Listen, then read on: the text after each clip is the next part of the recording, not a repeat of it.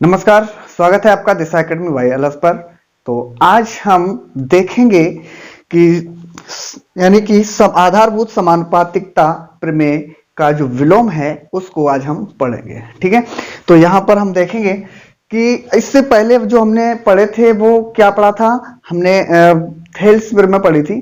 ठीक है, थेल्स प्रमेय पढ़ी है, उसका ये जो है विलोम है। ठीक है, तो इसको आज हम देखते हैं कि इसका विलोम क्या होता है। जो थेल्स प्रमेय है उसका विलोम क्या होता है। ठीक है, और जो पिछली वाली वीडियो में जो हमने थेल्स प्रमेय बताई थी, ऊपर आई बटन पे क्लिक करके वहां से देख सकते हो। ठीक है, तो यहां हम देखेंगे, कह रहा है आधारभूत समानुपातिकता प्रमेय का विलोम। ठीक है, ये हमारा होता है क्या, प्रमेय 2 है।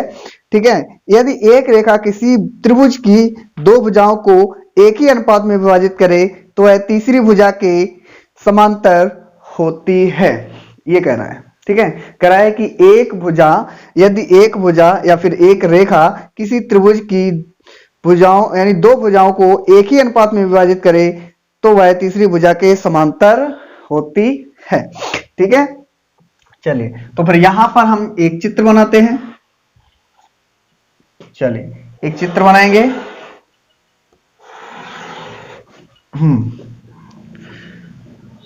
ए बी सी। ठीक है, एक हमने त्रिभुज ले लिया, ए बी सी है, और इस पर एक हम रेखा खींच देते हैं। मान लीजिए हमने एक रेखा खींच दी है जो एल है। ठीक है, ये एल जो रेखा है, ए बी को हम यहां पर मान लेते हैं कि ये डी है, ए बी को डी पर और ए सी को ई पर प्रतिच्छेद करती है। ठीक है, ए बी को डी पर और ए सी को ई पर प्रतिच्छेद करती है, यानी कि काटती है। ठीक है, तो यहां पर हम लिख लेते हैं, दिया है क्या क्या इसमें दिया है। एक त्रिभुज, ऐसे लिखो, एक त्रिभुज ए बी सी है जिसमें रेखा L, इसमें L रेखा या फिर रेखा L ए बी को डी पर तथा AC को E पर प्रतिच्छेद करती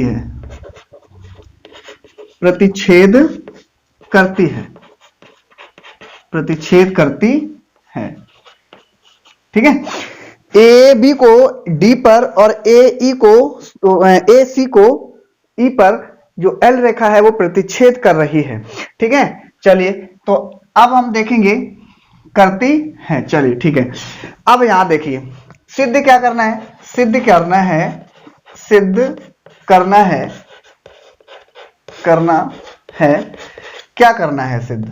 सिद्ध हमें करना है कि डी ई समांतर बी सी के, डी ई जो रेखा है, डी ई जो है वो बी सी के समांतर है या नहीं है, ये हमें सिद्ध करना है। ठीक है, तो चलिए इसको हम देखते हैं। उपपत्ति लिख लीजिए। चलिए उपपत्ति डाल दीजिए। अब यहां से हम शुरू करते हैं। ठीक है, अब थोड़ी देर के लिए हम मान लेते हैं कि डी और ई जो है वो बी सी के समांतर नहीं है ना, बी सी के समांतर नहीं है, इसमें कहा नहीं गया है, तो हम इसको समांतर नहीं मानते हैं। ठीक है, तो इसके यहां पर हम मानते हैं,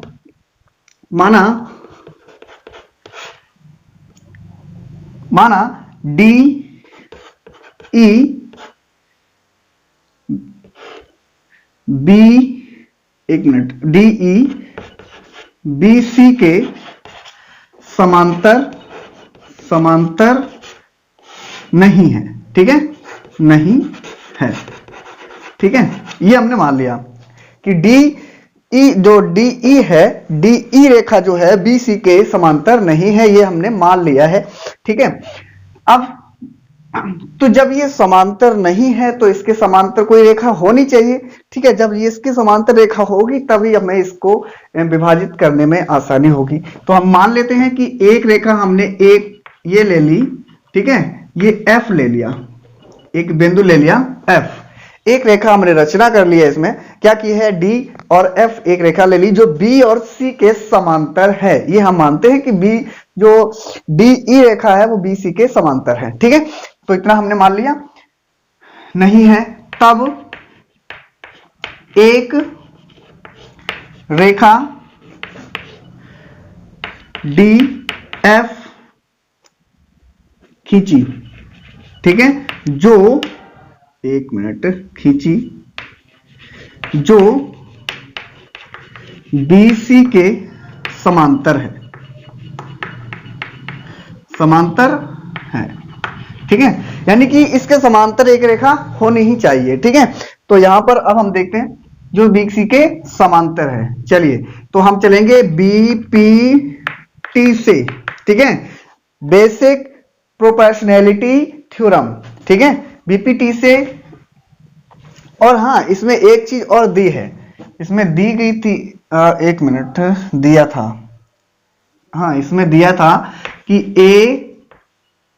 AD अपॉन में DB बराबर AE अपॉन में E और C समान अनुपात में विभाजित करते हैं। तो ये हमारा इसमें दिया था त्रिभुज में। ठीक है, चलिए, तो BPT से हम चलेंगे। BPT से हम मानते हैं, हमने माना था कि DF जो है BC के समांतर है। ठीक है, तो AD अपॉन में DB। ठीक है, तो AD अपॉन में DB, ठीक है, is equal to AF upon में FC। ठीक है, AF अपॉन में FC। ठीक है, इसको समीकरण 1 डाल दीजिए। ठीक है, 1 डाल दीजिए। परंतु अब यहां देखिए दिया क्या है हमें, AD अपॉन में DB, AD अपॉन में DB is equal to AE upon में EC। ठीक है, ये समीकरण 2 डाल दीजिए और यहां लिख दीजिए दिया है, दिया है। ठीक है, ये हमें दिया गया है। ठीक, ये हमें दिया है। अब ध्यान दीजिए समीकरण 1 व 2 से, समीकरण 1 व 2 से। ठीक है, समीकरण 1 व 2 से देखेंगे तो यहां पर देखिए समीकरण 1 AD अपॉन में DB बराबर AF अपॉन में FC लिखा है, यहां पर भी वही लिखा है AD अपॉन में DB, इसके बराबर में भी AE अपॉन में EC लिखा है। तो इसका मतलब ये दोनों एक दूसरे के बराबर होंगे, क्योंकि दोनों इधर दोनों बराबर लिखे हैं ना, एक ही लिखा है, दोनों एक ही लिखे हैं, AD अपॉन में DB, AD अपॉन में DB। ठीक है, तो इसके बराबर ये है और इसके ही बराबर ये है, तो इसका मतलब ये जो है इसके बराबर होगा। ठीक है, तो यहां पर हो जाएगा AF अपॉन में FC equal to AE upon में EC। ठीक है, इतना हुआ। दोनों ओर एक जोड़ने पर, दोनों ओर लिख दीजिए, दोनों ओर एक जोड़ने पर। ठीक है, जोड़ने पर, चलिए एक जोड़ दीजिए दोनों तरफ, तो हम एक जोड़ेंगे दोनों तरफ, तो यहां हो जाएगा AF अपॉन में FC plus 1 is equal to AE upon में EC प्लस 1। ठीक है, ये हो गया। चलिए अब यहां ध्यान दीजिए, चलिए यहां देख लीजिए, इसका मल्टीप्लाई होगा तो यहां हो जाएगा हमारा AF प्लस FC अपॉन में FC। ठीक है, ये हुआ।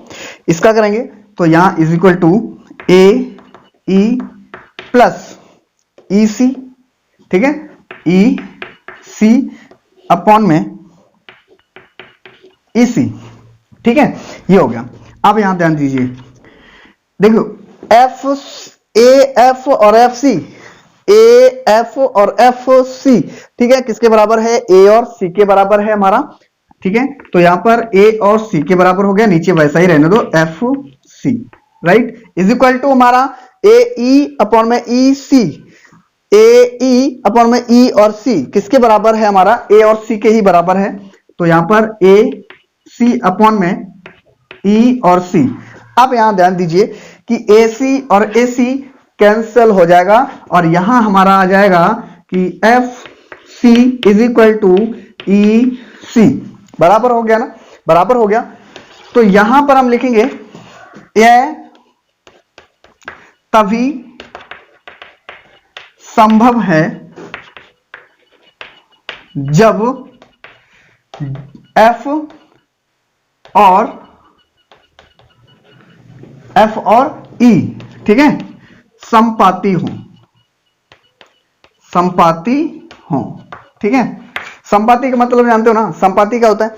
समपाती जो नहीं जानते हैं वो देख लीजिए। मान लीजिए एक ये रेखा हमारी है, ठीक है, एक रेखा है और इसी रेखा के ऊपर एक और रेखा खींचते हैं हम। मान लीजिए इसी रेखा के ऊपर हमने एक और रेखा खींच दी, ठीक है, ये वाली और रेखा खींच दी, तो ये दोनों जो रेखाएं हैं वो एक दूसरे की समपाती यानी कि समपाती कहलाती हैं, ठीक है।